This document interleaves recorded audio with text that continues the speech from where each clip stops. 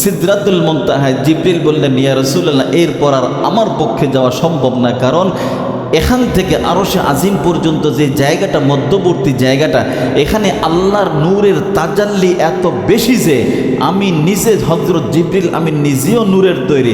আমার 600 থেকে 6000 পাখা আছে, যা দিয়ে আমি উড়তে পারি। আমি সহ, আমার পাখাগুলো সহ, মাথার একটা চুলের সমপরিমাণ যদি আমার এখান থেকে আমি সামনে যাইতে চেষ্টা করি, আমি পুরে সারখার হয়ে যাব। সুবহানাল্লাহ।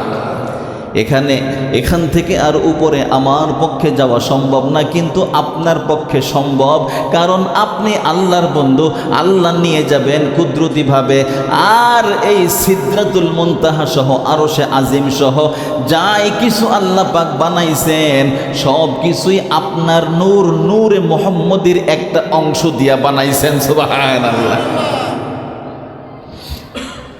কাবা শরীফ থেকে বাইতুল মুকাদ্দাস থেকে ঊর্ধ্বগমন সিদরাতুল মুনতাহা থেকে রফ আল্লাহ পাকের হাবিব চলে গেলেন আরশে আজিম পর্যন্ত। আরশে আজিমে যাইয়া আল্লাহ পাকের সাথে সাক্ষাৎ করেছেন, কথা বলেছেন।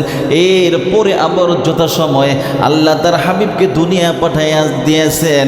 সাহাবায়ে কিরামদের সামনে এই ঘটনা বর্ণনা করেছেন। শুরু থেকে এই শেষ পর্যন্ত পুরাটা বিশ্বাস করার নামই হলো মেরাজ, বিশ্বাস করা। বলুন না সুবহানাল্লাহ। হ্যাঁ, বুঝাতে পারতেছি আমি? মেরাজের ঘটনা বিশ্বাস করতে হবে কতটুকু? গেছেন, আবার ফিরে এসেছেন, এই পর্যন্ত। শুধু কাবা থেকে বাইতুল মুকাদ্দাস পর্যন্ত বিশ্বাস করলে ফরজ আদায় হবে। মেরাজ অস্বীকার করা শামিল হলো। মেরাজ কি করা হলো? অস্বীকার করার শামিল।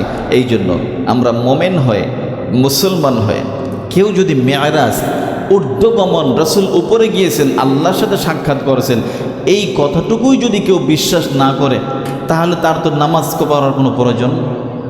বলুন, তার মেরাজ অস্বীকার যদি কারো দিলের মধ্যেও থাকে যে হ্যাঁ আপনি মুসলমান, আমিও মুসলমান, কিন্তু মেরাজ বিশ্বাস করি, মুখে মুখে বলতেছি, দিল থেকে বিশ্বাস হচ্ছে না, এমন ঘটনা কেমনে ঘটতে পারে? এই মনেও যদি আপনি অবিশ্বাস করেন, যে অন্তরে বিশ্বাস হচ্ছে না, তাহলেও আপনি মুসলমান, ইমানদার না।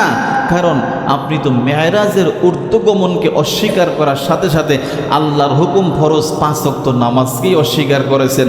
কারণ এই নামাজের ফায়সালা তো দুনিয়ায় হয় নাই। নামাজের ফায়সালা আল্লাহ তার বন্ধুকে পাশে বসাইয়া ফায়সালা করিয়া এরপর হাদিয়া স্বরূপ আমাদের জন্য এই হুকুম নিয়ে এসেছেন তার বন্ধু। বলুন না সুবহানাল্লাহ। তাহলে মেরাজের ঊর্ধ্বগমন অস্বীকার করলে সাথে সাথে কি হয়? 5 ওয়াক্ত নামাজকে অস্বীকার করা হয়। তাহলে আমাদের বিশ্বাসটা কি অর্ধেক হবে নাকি পরিপূর্ণ হবে? বিশ্বাসটা অর্ধেক হবে না পরিপূর্ণ হবে?